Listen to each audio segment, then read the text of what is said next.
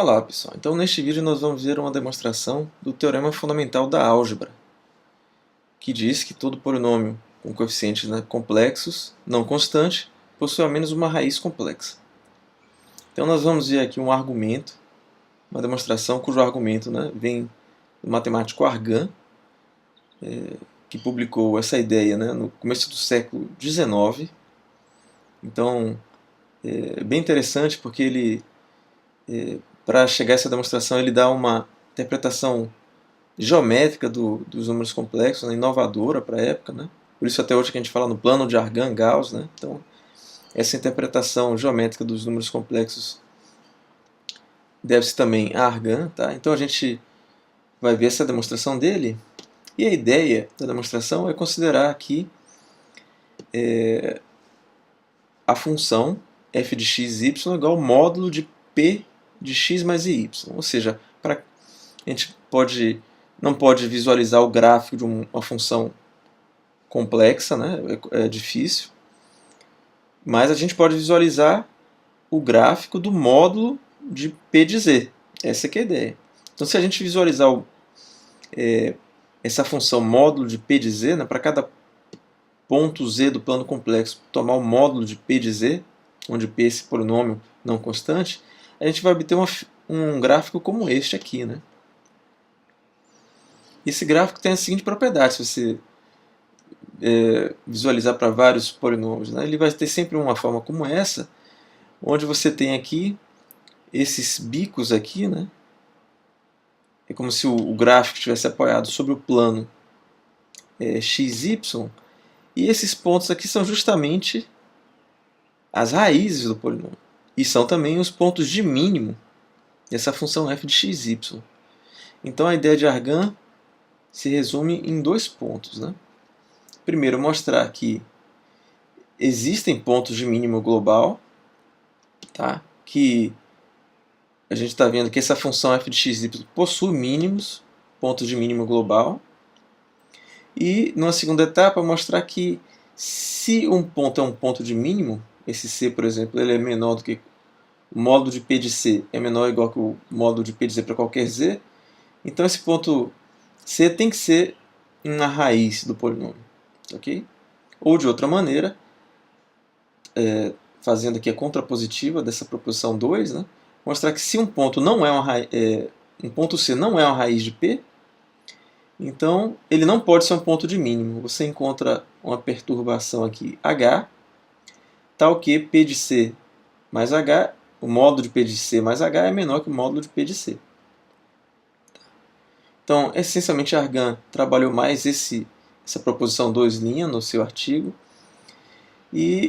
mas essa proposição, essa parte 1 aqui, essa proposição também é razoavelmente intuitiva. Então, vamos primeiro ver a demonstração da proposição 1 e depois a demonstração de 2'. Tá ok? Então, para demonstrar a primeira parte, a ideia é mostrar que esse módulo de P de Z tende a infinito quando o módulo de Z tende a infinito. Tá? Ou seja, esse polinômio aqui, módulo de P de Z, melhor dizendo, assume valores arbitrariamente altos, desde que você tome o valor do módulo suficientemente grande. Tá ok? Então, é uma conta simples aqui. A gente simplesmente vai estimar o valor de módulo de P de Z, fazendo a seguinte continha aqui. Eu posso isolar aqui o ANZN, em um dos membros, de modo que o módulo de ANZN é igual ao módulo dessa expressão aqui, só que o módulo da soma é menor ou igual que a soma dos módulos, e reorganizando, a gente pode expressar o módulo de P de Z, dizer que ele é maior ou igual que ANZN menos módulo de ANZN menos módulo de AN menos 1Z menos 1 e assim por diante. Tá ok? De modo que isso aqui, o módulo do produto é igual ao produto dos módulos. Então eu posso expressar cada um desses termos da forma módulo AN, RN, onde R é o módulo de Z, não é isso? E assim sucessivamente. E colocando o Rn em evidência, a gente obtém isso aqui. Agora, quando o R tende a infinito, cada um desses termos aqui tende a zero, porque o R está no denominador, né? E vai sobrar apenas aqui Rn módulo AN, que vai para infinito, claramente. Então, com isso a gente mostra que o módulo de P de Z tende a infinito quando o R tende a infinito. Ou, de outra maneira, né, dada a definição de limite, que existe um Rzão suficientemente grande, né, tal que se o módulo de Z for maior do que esse Rzão, então o módulo de P de Z é maior do que, por exemplo, o módulo de P em zero. Tá ok? Isso está me dizendo que nenhum ponto fora do círculo módulo de Z menor ou igual que R pode ser um mínimo global, já que esses pontos eles são maiores, o módulo deles, né, o módulo de P em Z, é maior do que o módulo de P em zero. Então, se existem mínimos globais, eles estão dentro desse círculo módulo de Z menor ou igual que R. Mas a gente sabe, e aqui é um resultado topológico, né, que se uma função contínua num conjunto fechado e ilimitado, como esse disco aqui, né, assume sempre um valor mínimo. Esse é o chamado teorema de Weierstrass. Então, existe um mínimo global dentro desse disco aqui, módulo de Z menor ou igual que R, e nenhum ponto fora desse disco pode ser o mínimo global. Então, o mínimo global existe e está dentro desse disco, o que implica, né, a primeira parte, a primeira proposição que a gente precisava.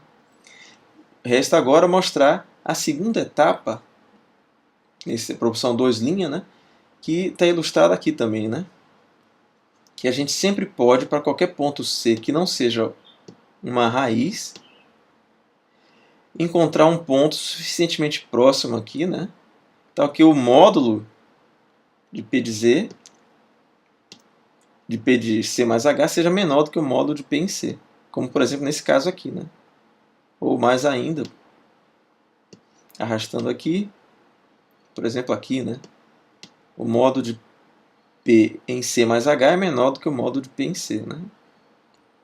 Então, vamos agora à demonstração da segunda etapa. Então, para demonstrar a segunda etapa, a gente vai recorrer também a uma outra interpretação geométrica de uma função polinomial, né, no plano complexo. A ideia aqui é a seguinte, ó.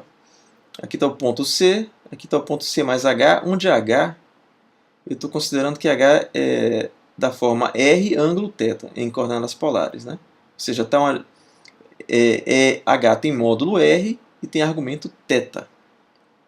Ok? Então,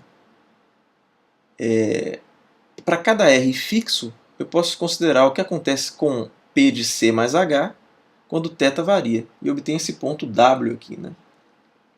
Então, eu vou considerar essa curva aqui, formada pelos pontos W, à medida que, para cada R fixo, o θ varia entre 0 e 360 graus, né? Para ser fixo também. Ok? Aí eu vou obter uma curva aqui.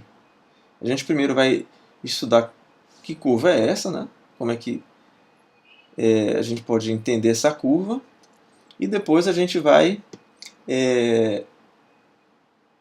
ver como obter esse valor de H, tal que o módulo de P em C mais H seja menor do que o módulo de P em C.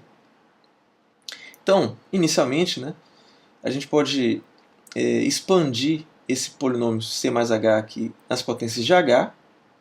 Tá ok? Vamos obter algo desse tipo aqui, né?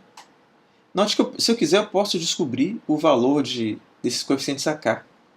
Por exemplo, usando a fórmula de Taylor, né? Desenvolvimento em séries de Taylor. Isso eu posso derivar com relação a H essa expressão, e depois fazer H igual a zero. Se eu fizer isso algumas vezes, eu vou obter, por exemplo, que esse coeficiente AK nada mais é do que o valor da késima derivada de P em C dividido por K fatorial. É uma conta simples, a gente verifica isso, tá? Mas isso não é necessário para o argumento. O que importa é saber o seguinte, que esse A0 aqui nada mais é do que o P de C, né? Porque quando eu faço H0, esses termos se anulam. Então vai ficar que o A0 é o P de C. E alguns desses coeficientes aqui podem ser nulos, mas nem todos, né? Porque se eles forem nulos, o polinômio é constante. Esses outros coeficientes aqui, se todos eles forem nulos, né? O polinômio é constante, contraria a nossa suposição. Então, algum deles aqui, além do A0, é não nulo. Então, eu vou chamar de AK o primeiro deles, tá? O primeiro coeficiente, ou seja, é o primeiro coeficiente nessa ordem aqui, né? Depois do A0, que é não nulo. Então, eu posso assumir que o polinômio P expandido aqui em H, em C mais H, né? Em potência de H, tem essa forma aqui. Tá? Então, agora vamos interpretar essa forma aqui do polinômio. O que é que a gente pode concluir geometricamente, né? Notando que sempre aqui a gente está assumindo que o R está constante e o θ está variando. Né? Então, olha só. Esses dois primeiros termos aqui, A0 mais AK, HK. Tá? Então, eu estou saindo de A0 e somando aqui AK, HK. Como o R é fixo, isso aqui vai ter sempre um valor constante, que é o módulo de AK, RK. Okay? Então, esses pontos aqui, à medida que o θ varia, essa contribuição aqui vai ser sempre vai ter módulo constante, então a gente vai estar andando sobre esse círculo aqui, que eu vou chamar de órbita principal, tá? Esse círculo aqui em vermelho. Tá? E notando que, como eu estou levando a K aqui, cada volta que eu dou aqui, ou seja, para cada volta entre 0 e 360 aqui de θ, como eu estou levando a K, o argumento aqui de HK vai variar, né, com o K vezes a velocidade. Né? Então, para cada volta que eu dou aqui, eu vou dar K voltas em torno desse círculo. Por isso que a gente vê aqui, né, esse vetor aqui andando mais rápido, com o triplo da velocidade desse. Okay? Nesse caso aqui, porque para esse exemplo eu estou assumindo K igual a 3. Tá? Então, esses dois primeiros termos vão gerar este círculo. E cada termo subsequente vai gerar um epiciclo, né? Porque eu estou somando a essa posição aqui, AK mais 1, HK mais 1, que também é algo que tem raio constante, né? Porque AK mais 1 é constante e como o R está fixo, o módulo de HK mais 1 é RK mais 1. Okay? Então, assim por diante, eu vou ter círculos girando em torno de pontos sobre círculos, girando em torno de pontos sobre círculos, e assim a gente vai ter uma figura aqui, essa curva formada por esses pontos W, é formada por epiciclos. É isso que a gente pode concluir. Né? Ok? Então, isso aqui é uma interpretação interessante. E o fato principal aqui é que, se o R for suficientemente pequeno, esses epiciclos representam, no final das contas, uma pequena perturbação, uma ligeira perturbação da órbita principal. Tá, ok? Então, vamos ver por que isso acontece. Eu posso sumarizar aqui, né, essa contribuição desses termos aqui, dos coeficientes maiores do que o AK, né, o AK mais 1 até o AN, vou sumarizar eles aqui no P. Somar tudo isso aqui e chamar isso de P. Ou seja, P de perturbação. Né? Então a gente tem aqui o ponto na órbita principal que a gente está perturbando essa quantidade aqui. E a gente vai obter um ponto sobre a curva que a gente está tentando analisar. No final das contas, o que a gente quer mostrar aqui, existem pontos dessa curva mais próximos da origem do que o A0. Né? Porque o A0, o módulo de A0 é o módulo de P de C, e um ponto que está nessa curva é o ponto C mais H. Então, dizer que o módulo de P de C mais H é menor do que o módulo de P em C, é a mesma coisa dizer que existem pontos nessa curva mais próximos da origem do que o A0 está. E a gente está vendo que tem vários aqui, né, que satisfazem isso. Mas o que a gente quer é descrever exatamente a demonstração. Não basta a gente mostrar visualmente aqui, a gente tem que exibir pontos que satisfaçam isso, cujo módulo de P de C mais H seja menor do que o módulo de P de C. Tá ok? Então a ideia aqui é considerar o seguinte, olha, se eu diminuir o tamanho do raio muito aqui, né, deixar um raio bem pequenininho e der um zoom, o que é que vai acontecer? A gente percebe, ó, que essa perturbação aqui, eu posso tornar essa perturbação tão pequena quanto eu queira, com relação ao raio, que eu vou chamar de Rzão, que é o raio da órbita principal. Ok? Então, vamos ver aqui como fazer isso, né? Então, olha só, o módulo de P é essa soma aqui, né?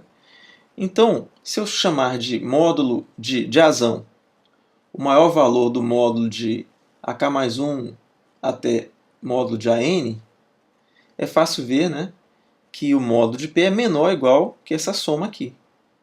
Porque o módulo de HK mais 1 é RK mais 1 e assim por diante. Okay? Só que aqui eu tenho uma soma de um APG, que eu posso expressar dessa maneira.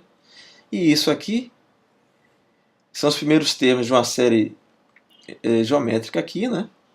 Então isso aqui é menor do que 1 sobre 1 menos R se o R for menor do que 1.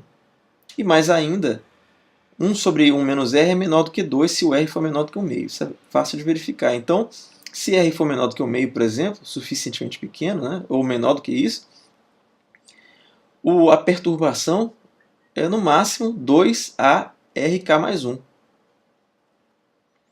De modo que a proporção aqui, né, se eu fizer a proporção da perturbação pelo raio da órbita principal, que eu chamei de Rzão, né, que é o módulo de AKRK, essa proporção é dessa ordem aqui que eu posso tornar tão pequena quanto eu queira. Basta fazer o R bem pequenininho.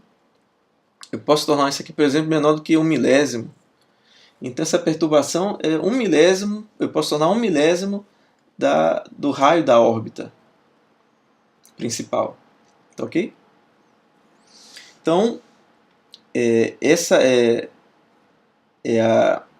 dessa maneira a gente controla o R. Né? Se a gente escolher um R suficientemente pequeno, a gente pode fazer, por exemplo, a perturbação menor do que o módulo de R. Menor do que R. Tá ok? Posso fazer isso bem pequeno, na verdade. Então, vamos voltar aqui, botar um raio maior só para visualizar um pouquinho melhor. E dar um zoom out aqui. Então, a gente meio que já descobriu, né, que se a gente fizer o R suficientemente pequeno aqui, essa perturbação eu posso torná-la também tão pequena quanto eu queira. Ok? Então, o que eu quero agora é só encontrar os pontos, os valores de θ que me assegurem que eu vou encontrar pontos sobre a curva mais próximos da origem do que o A0. Então, como é que a gente faz isso? A ideia é a seguinte, ó. É difícil controlar o que acontece na curva, né? Porque ela é meio complexa, que é formada de apsíclicos e tal. Mas essa órbita principal eu posso estudar o que acontece aqui direitinho. Então, por exemplo, deixa eu aumentar um pouquinho aqui. Olha só. Olha só o que acontece aqui, né? Nessa órbita principal, eu tenho esse ponto aqui, W', que está sobre a órbita principal, que é o ponto mais próximo da origem, tá? Sobre a órbita principal. Chamei de W'. Ok? Quando o θ varia, vão existir, nesse caso aqui, por exemplo, que o K para mim é 3, nesse exemplo concreto, vão existir 3 pontos onde esse ponto W' é atingido na órbita principal. Tá ok? Porque a gente está dando 3 voltas para cada volta que a gente dá aqui, né? Então, ou k voltas para cada volta que a gente dá aqui, então vão ter 3 pontos, 3 valores de θ, para os quais a gente passa aqui no W', que é esse ponto mais próximo da origem. Ok?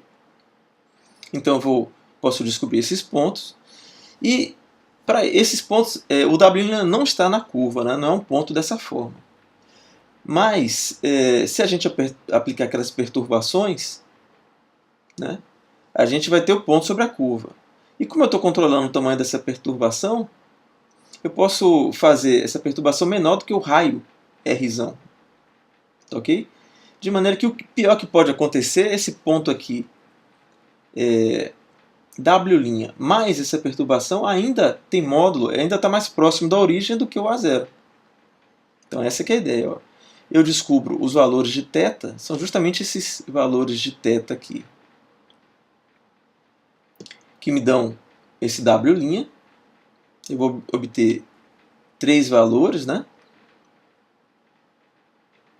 Nesse caso aqui, em geral, vão ser k valores. Tá?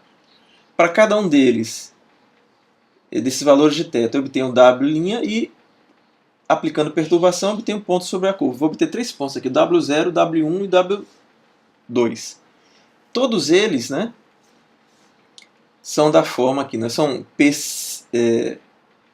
C mais H, onde o H foi escolhido para aquele R conveniente, e o θ, um desses 3 θs aqui.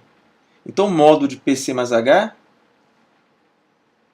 é esse valor aqui, que vai ser o W', mais a perturbação. Então, o módulo de P em C mais H é menor ou igual que o módulo de W', mais o módulo da perturbação.